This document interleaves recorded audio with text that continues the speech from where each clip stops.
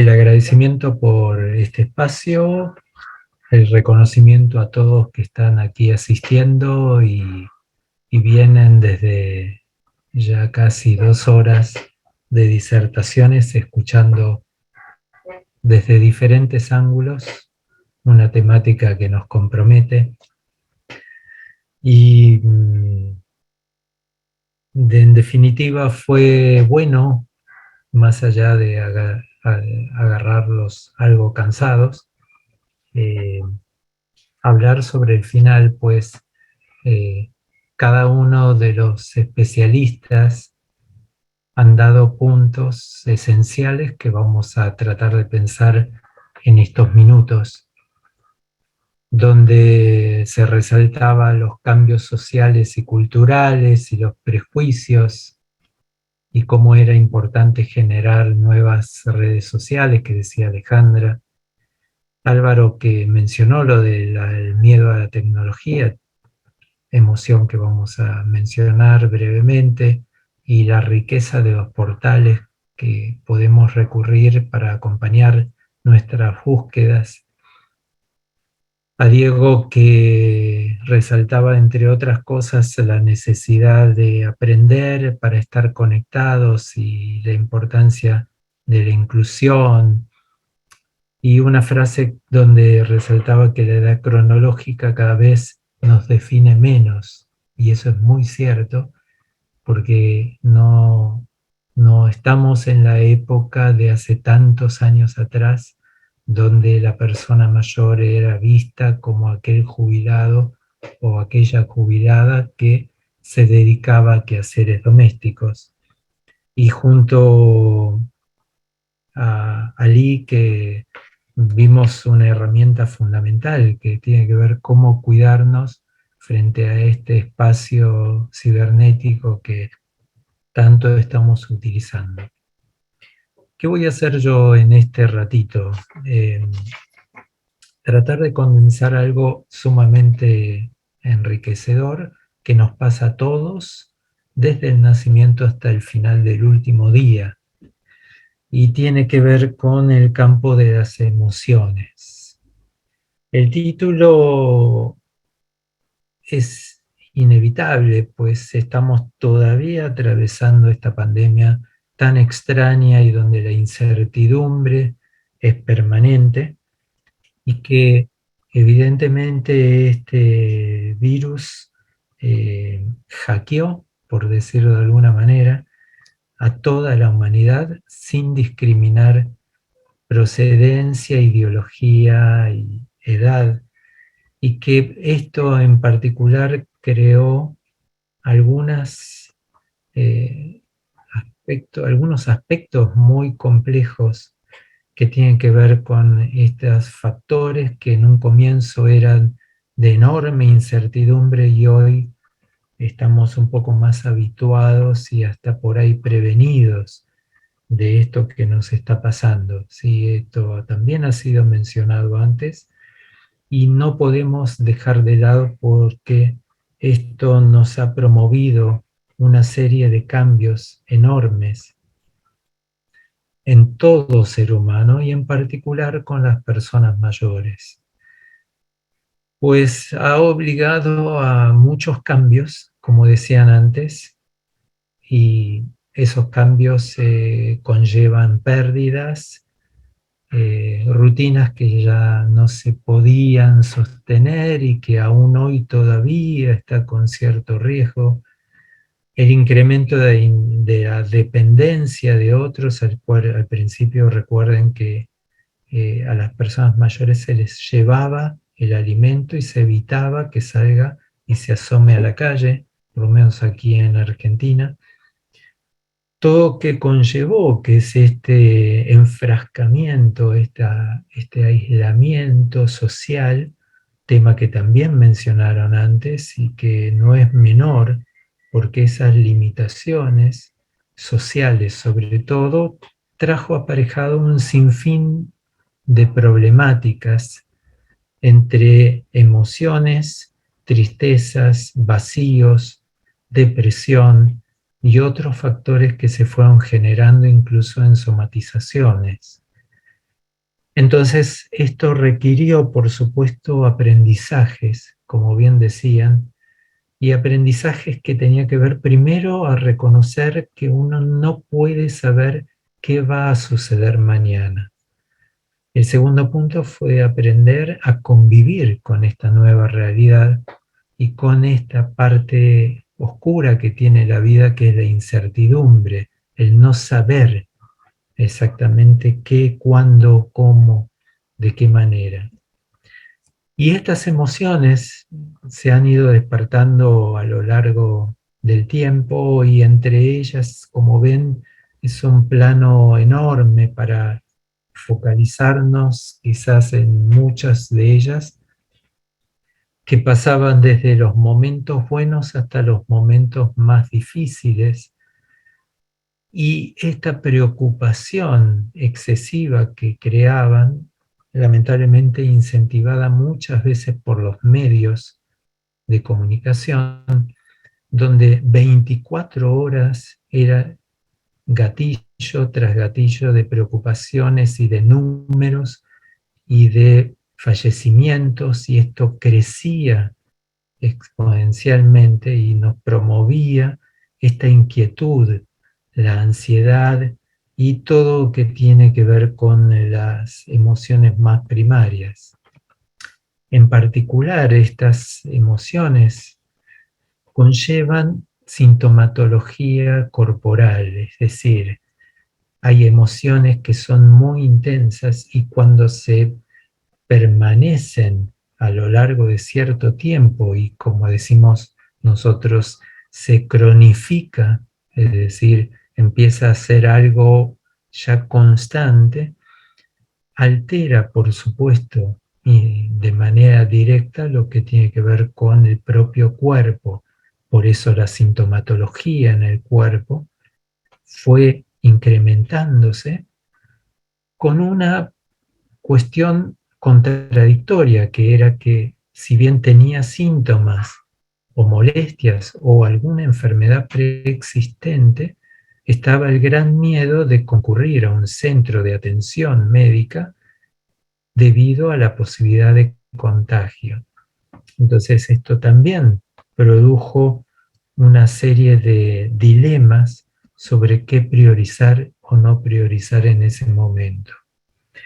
Y entrando a las personas mayores, diferentes aspectos contextuales, es decir, los lugares en los cuales estábamos inmersos, estaban promoviéndonos limitaciones. Y esas limitaciones tenían que ver con un aspecto fundamental, que es la esencia de la vida, que es ser independiente, ser autónomo. Y de pronto todo esto fue generando una serie de limitaciones que hizo a no tener abrazos, visitas, encuentros sociales, actividades y diferentes propuestas que había en relación a esto de lo sociocultural. Hay dos o tres emociones principalmente que quisiera retomar. Una tiene que ver con lo que es el enojo. El enojo es, o la ira en su extremo, fue una de las cosas que más se despertó en este tiempo y es uno de los factores más preponderantes para intensificar la problemática física o funcional que tenemos. Dicho está de paso, un enojo no enferma, lo que hace es promover un aumento de esa enfermedad, y también puede ocurrir lo contrario, que es lo que comúnmente decimos como que bajan las defensas, es decir, no tengo la suficiente capacidad autónoma para defenderme de los factores externos. El enojo, el miedo y la ansiedad van a ser tres aspectos fundamentales. Hablamos antes del miedo. El miedo tiene que ver con una emoción primaria que tiene localización cerebral. Quiero decir, dentro del cerebro hay una zona que está ubicable, que tiene que ver con ese reconocimiento del peligro, que tiene una parte positiva, por supuesto, que es protectora, y una parte negativa cuando se exacerba, cuando esto pasa a ser descontrolado. Pero claro, el enojo muchas veces nos trae también una serie de dificultades, porque así como vemos esta foto simpática de una señora amenazante, sabemos que todo su cuerpo se contrae y está como colapsado frente a la impotencia. ¿Qué es el enojo? El enojo es cuando algo no sale como uno espera, en líneas generales. El enojo tiene que ver con algo que yo estoy esperando y de alguna manera no ocurre como era deseado. El enojo con la tecnología y el miedo a la tecnología son dos clásicos. Está el miedo primero a que toque algo y se desconfigure, es decir, se rompa, entre comillas, y está el enojo cuando las cosas no salen, se borran, hay que volver a empezar y nuevamente tenemos ganas de arrojar esa tecnología X al aire y decir, no es para mí. Entonces, sepamos que cuando nos enojamos, muchas cosas pasan en el cerebro y muchas cosas pasan en el cuerpo. El enojo no es gratuito, es decir, no es descargar solamente la bronca, como decimos aquí en Argentina. No es solo eso, siempre queda un resto. ¿Sí? Es como cuando hablamos de que uno señala con el dedo y hay otros dedos de la mano que señalan a uno, lo mismo pasa con el enojo. Uno por ahí expresa algo, pero hay un gran resto que queda dentro del cuerpo y produce daño. El otro aspecto tiene que ver con lo que es la ansiedad juntamente con la angustia, con la tristeza, con el malestar, con el sufrimiento. Todo ese paquete hace a que en determinado momento de la vida, cuando hay seres queridos que ya dejan de estar en este mundo, cuando hay amigos o familias que ya no están presentes, cuando sentimos de que el tiempo se dilata y no hay forma de llenarlo productivamente, esto nos produce emociones negativas. Esas emociones negativas naturales, porque suelen ocurrir, son emociones que nos traen aparejado una cadena de situaciones desfavorables. Nos encerramos, nos dejamos estar, nos descuidamos físicamente, permanecemos más horas en la cama, tenemos problemas en el tema del sueño, trastornos del sueño específicamente, esto es el insomnio o el dormir interrumpido o las cortas cantidades de horas en el día, y se produce todo un desorden que evidentemente nos trae problemas, particularmente con nuestro propio cuerpo. En este cuadro, dibujo simpático, habla sobre la ansiedad y es solamente como para que esté más gráficamente claro todo lo que produce el aspecto de ansiedad. ¿Qué es ansiedad? La ansiedad es una tensión que tenemos en el cuerpo por algo que está por suceder, no es por el pasado. La ansiedad tiene que ver con un presente futuro o un futuro inmediato. Esa ansiedad, cuando es persistente, hace un aumento de lo que se llama la carga alostática, significa un tema de sobrecarga de estrés, vamos a decirlo de otra manera, y esto puede producir un conjunto de síntomas, de manifestaciones corporales que a veces nos producen susto.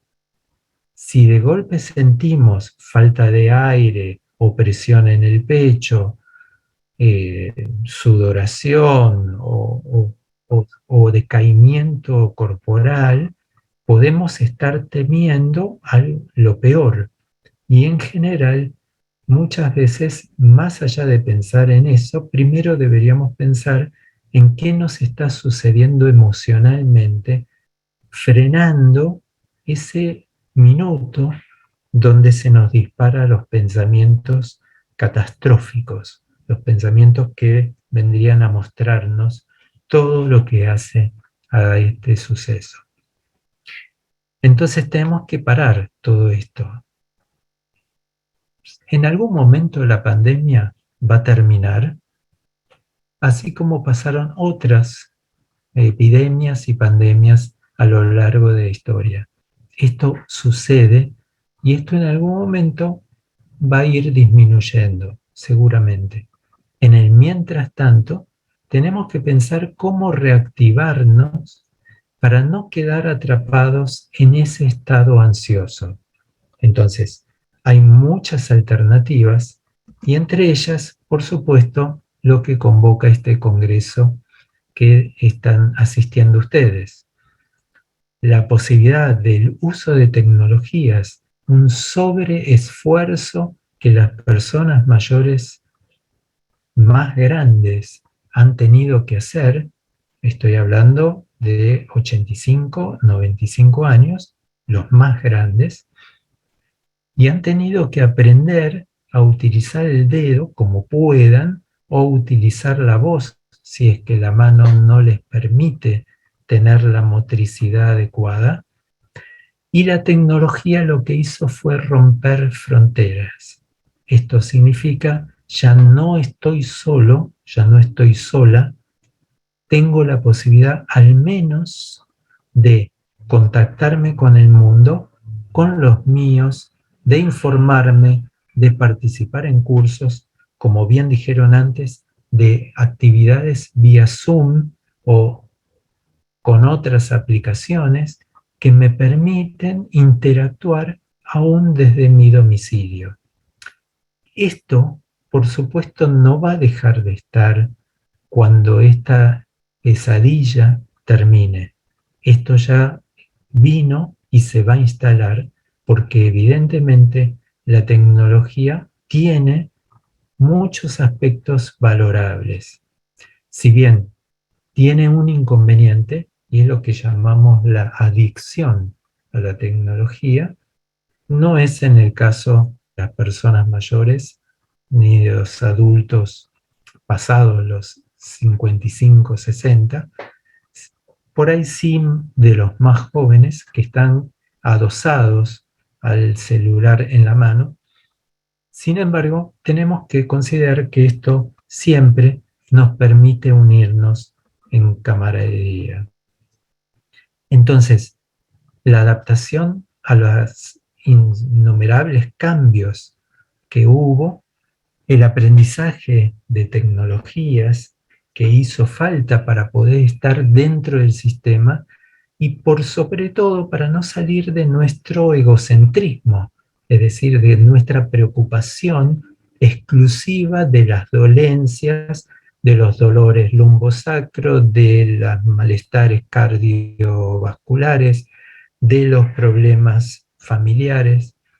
El desafiar los propios miedos, esto es un gran logro que muchísimas personas que han tenido acceso a esta oportunidad lo han logrado. Por supuesto, hay una rama de la población por ahí más carenciada que lamentablemente no tiene total acceso a estas opciones. Sin embargo, supongo que las políticas nacionales harán lo necesario para que esto vaya prosperando en adelante. Y el concepto de resiliente concepto que tiene que ver, como ya lo han escuchado más de una vez, esto de sobreponerse a la adversidad y tener un aprendizaje para que en una próxima oportunidad uno actúe de una manera diferente. Por supuesto que esto va a ser el ideal nuestro. Aquí en Argentina hay una dilatación de los cuidados. A mí me parece una dilatación peligrosa, pero de todas maneras en espacios abiertos esto es favorable y que lo que más uno extraña siempre son los abrazos. Los centros culturales, las actividades, es algo que añoramos, tanto nosotros, directores de centros de mayores, como los propios mayores que hacen sus actividades hasta cierto momento. Y esas actividades seguramente nos permitirán próximamente volver a encontrarnos. ¿Qué es aceptar? Fíjense uno y otro plano. Está lloviendo. Por lo tanto, no me gusta la lluvia, desearía que no estuviera lloviendo. Mi día sería mejor si no lloviera. Se arruinó mi día. Todos los días son como este. Siempre es así. ¿Por qué siempre llueve? Etcétera. Eso es, sí, lo rumiante del pensamiento, la cosa de estar dando vueltas con pensamientos inutilizables. ¿Cuál es la propuesta? ¿Está lloviendo? Sí, pero después va a parar y eso va a salir adelante. Decía un sabio, ¿quién es sabio? Aquel que aprende de todos sus semejantes. Valiente es aquel que domina sus pasiones. Rico es aquel que es feliz con lo que posee. Y respetable es aquel que respeta a sus semejantes. Esto tiene que ver con la vida y este es el desafío. Una broma, solamente para cerrar. Este señor le pregunta si todavía le gusta y la mujer simpáticamente le contesta que todavía no.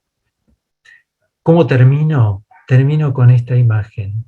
Las personas mayores tienen total derecho a llevar adelante la vida como más se les plazca. Para eso han llegado hasta este momento y seguramente la tecnología favoreció y seguirá favoreciendo, no reemplazando el abrazo, pero sí complementándolo para disfrutar.